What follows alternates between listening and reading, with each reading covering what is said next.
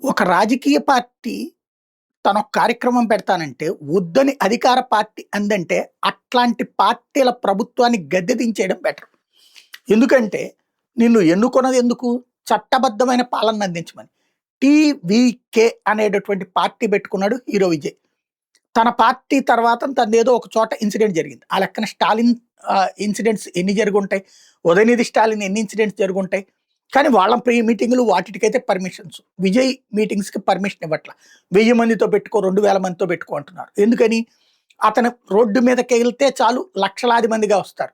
కాబట్టి ముందుగానే ఈ ఇన్సిడెంట్‌కి ఆ రోజున కుట్ర అన్నది విజయ్ అదేననమాట. కుట్ర పన్ని అతని మీటింగులకి జనాల్ని అక్కడ గొడవ కావాలని చివరి నిమిషంలో క్రియేట్ చేసి, తొక్కిసలాట జరిగేలా చేసి, అక్కడ పోలీస్ ఫెయిల్యూర్ అయితే, ఆ ఫెయిల్యూర్‌ని విజయ్ మీదకి నెట్టేసేసి, విజయ్ సమావేశాల్ని ఆపుకొచ్చేటటువంటి కుట్ర పన్నుకొచ్చారు. ఇప్పుడు ఆ కుట్ర పుదుచ్చేరికి గూడా పాకింది. పుదుచ్చేరిలో ఉన్నటువంటి ప్రభుత్వం గూడా విజయ్ ప్రోగ్రాములకి, విజయ్ ర్యాలీలకి నిషేధం విధించింది. తద్వారా ఈ 2 రాష్ట్రాల ప్రభుత్వాలు ప్రజాస్వామ్యబద్ధంగా అయితే పని చేయడానికి అనర్హత కలిగినటువంటి. కానీ కేంద్ర ప్రభుత్వం అట్లాంటి యాక్షన్స్ తీసుకోవట్లేదు కాబట్టి వీళ్ళ ఇష్టారాజ్యంగా నడుస్తోంది. రేపు మళ్ళీ కోర్టుకెళ్ళి పర్మిషన్ తెచ్చుకోవాల్సి ఉంటది విజయ్.